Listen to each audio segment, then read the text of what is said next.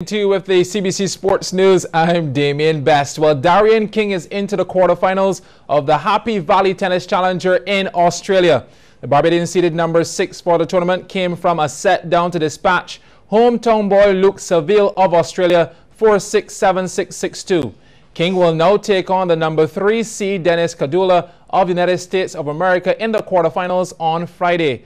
Well, the 7-day challenger carries a top prize of over $10,000 and the 24-year-old is using the event to prepare for this month's Australian Open qualifiers, which begin on January 11th. Well, Andre Russell has become the 3rd West Indian player to pick up an injury within a week in the Australia Big Bash. The Jamaican all-rounder who was fielding at short third man for his Sydney Thunder against the Melbourne Stars pulled a hamstring muscle in his left leg while chasing. Here's how it happened.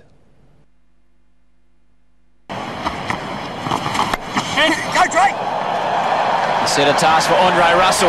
He's the quickest man on the park, but even he can't get that, and he pulls up. He pulls right up, Andre Russell, and he doesn't look good. We'll get back to the big man. In fact, we might stay with him because he looks like he's in a fair bit of trouble. There might be that calf. Or the hamstring even. Calf or hamstring, one of the two. Geez, he was moving well too. Unfortunately, I reckon he's in a lot of pain now. That's the end of him for the night, I'd say. This is terrible scenes for Andre Russell. And the crowd here have loved him as they do all around the world. Tough indeed. Well, this comes after the Andrew Dottin and Dwayne Bravo both suffered injuries. All 3 injuries came in the outfield. Well, meanwhile, Russell's Sydney Thunder enjoyed a last-minute win over Melbourne Stars in a nail-biter today. The Stars batted first and made 166 for 8, with Kevin Peterson hitting 60. However, the Thunder returned strongly, reaching 168 for 4. Owen Morgan got his team over the line in the very last over with a 6 off the last ball in his innings of 71 from 50 deliveries to pull off the win by 6 wickets. Well, back at home, the Kevin Stout 11 defeated the Shamar Brooks 11 by 28 runs in the first Barbados Pride trial game played at North Stars Crab Hill St. Lucie today. Sean Green reports on the Stouts 11 innings. The Stouts 11 sent into bat first. Ren Wiggins, the number 5 batsman here, with a lovely cover drive to the boundary. That's 4 to get going. And Stout wanted it on the action as he lifted Suleiman Bang down to mid-wicket. That's a flat 6. Stout was just getting started. Here he powerfully drives Preston McSween for 4 more. McSween receives some of the same treatment but in different style. This time Stout flicks him to mid-wicket for another 4. Now talk about style. Stout drives Ashley Nerf off the back foot to the cover boundary. That brought up his 50 of 63 balls. And tired of spectating, Wiggins cuts Enikossi Ross to the deep point boundary for, another 4. Ross with a full delivery, and Wiggins dispatches him for half of a dozen out of the North Stars ground. Ross with another full delivery. This time Stout sweeps him to the mid-wicket boundary. That's 6 more. Ross eventually got his revenge after Stout went for 81, flicking the ball straight into his hands. It came off the bowling of Nurse to end a 135-run partnership for the 4th wicket. In next was Ken Roy Williams, but he didn't stick around too long as Nurse claimed his 2nd victim to take the score to 179 for 5. Ravindra Prasad was the number 7 batter, and he seemingly received the memo as he sweeps Ross for 6, denting the roof and also denting the bowler's confidence as well.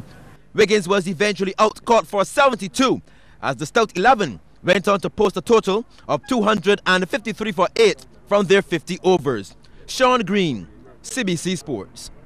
Well, thanks, Sean. In reply, the Brooks 11 got off to a flyer with veteran Kirk Edwards smashing 42 from 24, including 4 4s and 3 6s. Aaron Jones top scored with 44 from 71, striking 4 4s as the remaining Brooks 11 crumbled to 225 all out. Jamal Warrican had the best bowling figures for the Stouts 11, taking 3 for 36 from 8 overs. Well, Pakistan will look to resume their innings of 126 for 2 on day 3 of the third and final test against Australia at Sydney.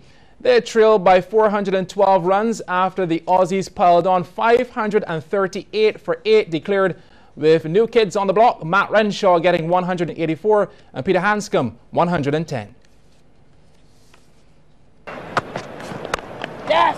Through cover, Tony goes, races away. Oh, there it is, it's over! He's knocked him over, maybe an inside edge. Renshaw goes for 184.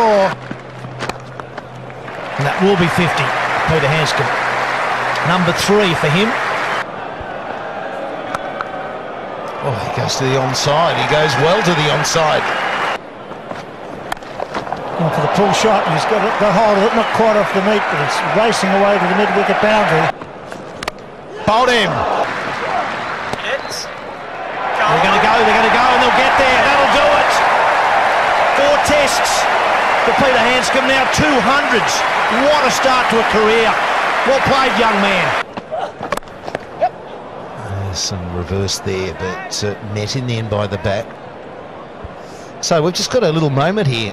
We're just having a look where and why the bails have come off. Is there a hit wicket? He's disturbed the stumps with his bat on the way down.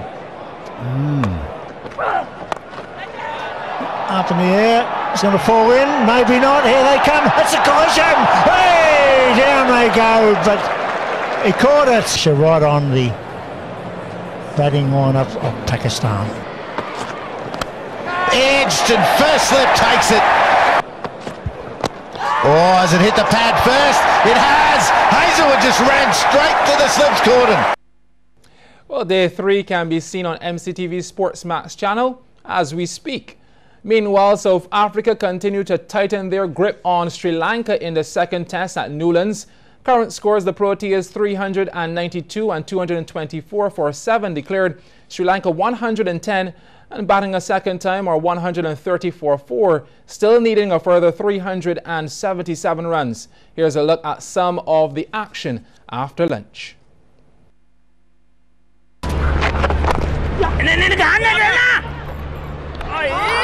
That's interesting. Big dive there from the little fella, Temba Vavuma. But it's a bit high in the air, isn't it? It's good connection, there's 2 men back, and he's not going to get it. It's up in the air and it's gone the whole distance. He's gone after that one and hit it way back. Good catch in the stands. Cbc has now made his way onto the balcony. He's called his troops in. So South Africa have a lead of 506. Got him! Knocked that pole out of the ground. He liked that. Ferdinand Fernandez made an early strike. There's an edge and taken. Oh, that could be gone. It's hit the glove, has it? Yes, it has. That could be close. Yes, it is.